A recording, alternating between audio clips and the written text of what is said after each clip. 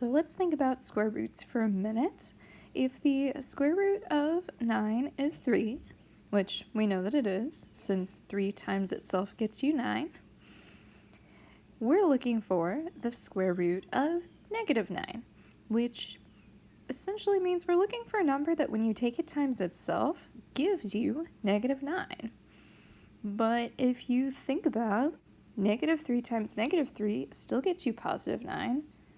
3 times 3 gets you +9. We don't really have a number that when you take it times itself, you get negative values. So we actually need a new type of number, which we're going to talk about today. So this new type of number is called the imaginary unit, and the letter I is used to signify it. I is equal to the square root of -1, which means if you square I, you get -1. You can have complex numbers that consist of a real number part plus some number of imaginary units, like 3 plus 2i would be a complex number. So let's talk about how we could break down some radicals that involve negatives to start with. So if I just have square root of a negative value, think of it as -1 times that number inside your radical. And then we just defined square root of -1 to be equal to I. So we're going to have I times the square root of 2. So just I square root 2. Usually we write the I in front of the radical. You could put it afterwards, but make sure it's obvious it's not inside your radical. So if I'm looking at square root of -24, think of it as -1 times 24. And then when you break down square root of 24, like always, you'd make your factor tree. And if you think about what you're going to have, you have -1 times 3 times 2 times 2 times 2. And then I equals your square root of -1. You can bring a factor of 2 out since you're taking the square root of 2 times 2. And then left inside you have 3 times 2, or just 6. So 2i square root 6. Let's look at some operations with complex numbers. So these have a real number part and imaginary number part. I'm just going to write them with my real number parts next to each other and my imaginary numbers next to each other. You don't have to. But then you're just adding your numbers together. So you'll do your real number part plus your real number part and your imaginary part plus your imaginary part. So on this one, you'll just have 12 plus -8 gets you 4. And -11i plus 3i is -8 imaginary units, -8i. If I'm subtracting, you'd have to be a little bit careful because I'm subtracting that entire second complex number. So I'm going to go ahead and just multiply both of those by -1 and write it as -24 plus 9i. And then just like before, combine your real number parts, combine your imaginary units. In this case, I can do 15 minus 24 and get -9, and my positive and -9i just add up to 0. Let's do some multiplication. So I'm going to multiply 3i times both my 2 and my -6i. Remember, I times itself will give you I squared, and then I squared equals -1.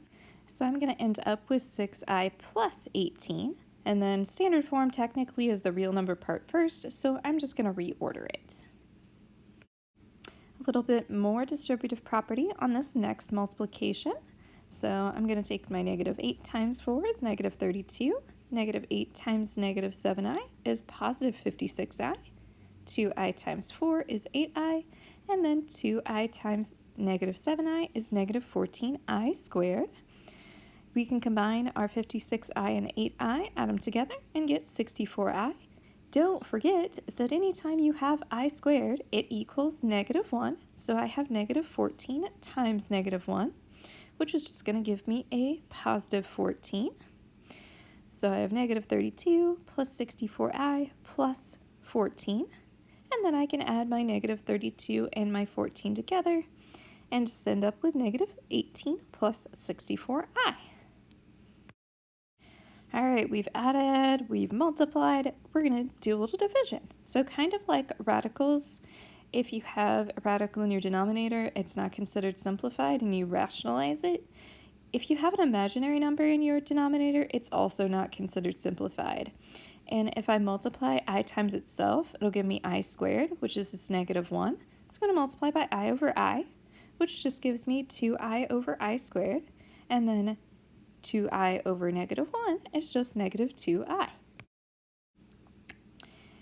And then we could have a 2-term expression in my denominator.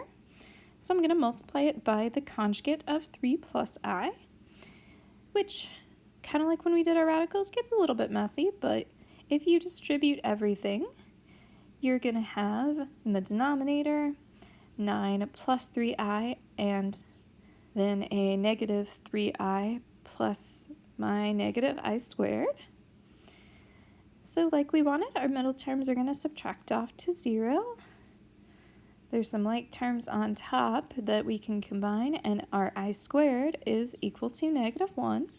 Be a little careful on bottom because we have minus I squared, so that's minus a negative 1, which actually makes it plus 1. So denominator is just going to end up being 9 plus 1 is 10. And then on top, if I combine, I'll have 5 plus 5i. If you have a common factor of all three of those terms, so they're all divisible by 5, then I need to go ahead and reduce that.